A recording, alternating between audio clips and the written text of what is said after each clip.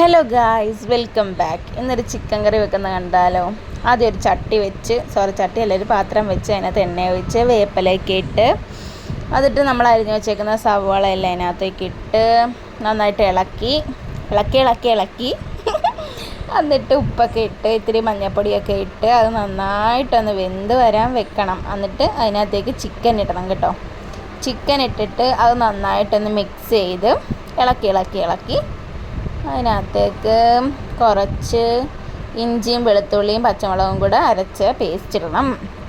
എന്നിട്ട് അതൊന്ന് മൂടി വെച്ച് വേവിക്കണം. എന്നിട്ട് അത് വെന്ത് വരുമ്പോൾ കുറച്ച് തക്കാളി അരിഞ്ഞ് അതിനകത്തേക്ക് ഇട്ട് അതൊന്ന് നന്നായിട്ട് ഇളക്കി വെക്കണം.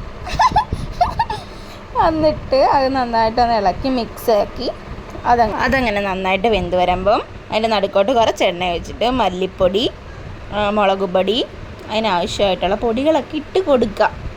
മുളക് പൊടിയും മല്ലിപ്പൊടിയും ഞാൻ കുറച്ച് കുരുമുളക് പൊടി ഇട്ടിട്ടുണ്ട്. അതെല്ലാം കൂടെ നന്നായിട്ടൊന്ന് മിക്സ് ചെയ്ത് ചൂടാക്കി അതെല്ലാം കൂടെ ഒന്ന് ഇളക്കി യോജിപ്പിക്കണം. അതിനുശേഷം നമുക്ക് ഇതിനകത്തേക്ക് കുറച്ച് മസാലക്കൂട്ടെല്ലാം കൂടി ഇടാമെന്ന് വെച്ച് ഞാൻ എടുത്ത് നോക്കിയപ്പോൾ ഓണത്തിന് മുമ്പ് വാങ്ങിച്ചതാണ് ഞാൻ എടുത്തത്. അപ്പോൾ അത് കുറച്ച് പൂത്തിരിക്കുമായിരുന്നു. അപ്പോൾ ഞാൻ വേറെ ഓണത്തിന് വാങ്ങിച്ചത് പുതിയതുണ്ടായിരുന്നു. അപ്പോൾ അതിൻ്റെ സ്റ്റാറും സാധനങ്ങളും ജീരകവും എല്ലാം കൂടെ ഒരു ഇലക്ക ഇട്ട് ഞാനങ്ങ് പൊടിച്ചെടുത്തിട്ട് അതിൻ്റെ പുറത്തോട്ട് കുറച്ചൊക്കെ ഇട്ട് നന്നായിട്ടൊന്ന് മിക്സ് ചെയ്ത് ഇളക്കി വെച്ച് ഗൈസ്. അടിപൊളി ടേസ്റ്റാണ് ഗൈസ്, നിങ്ങളൊന്ന് ട്രൈ ചെയ്ത് നോക്കണം. എന്നിട്ട് ഞാൻ അതിന് വേണ്ട തേങ്ങ ചിരണ്ടി അരച്ച് പാലൊക്കെ എടുത്ത് അതിനകത്തേക്ക് ഒഴിച്ച് നന്നായിട്ടൊന്ന് മിക്സ് ചെയ്യണം. ഇനി കുറച്ച് പാലേ ഒഴിക്കാവുള്ളൂ. അങ്ങനെ കുറച്ച് ഒഴിച്ചത് മിക്സായി വരുമ്പം ബാക്കിയും കൂടെ ഒഴിച്ച് ഫുള്ളും കൂടെ ഒന്ന് ഇളക്കി അങ്ങനെ യോജിപ്പിച്ചൊക്കെ വെച്ച് കുറച്ച് നേരം അങ്ങനെ ഇരിക്കണം. എൻ്റെ വീഡിയോ ആദ്യമായിട്ട് കാണുന്നവരാണെങ്കിൽ ചാനൽ സബ്സ്ക്രൈബ് ചെയ്യൂ ഗൈസ്. അതിന് ശേഷം നമുക്ക് കുറച്ച് തേങ്ങാക്കൊത്തൊക്കെ കറിക്കകത്തേക്ക് ഇടാം.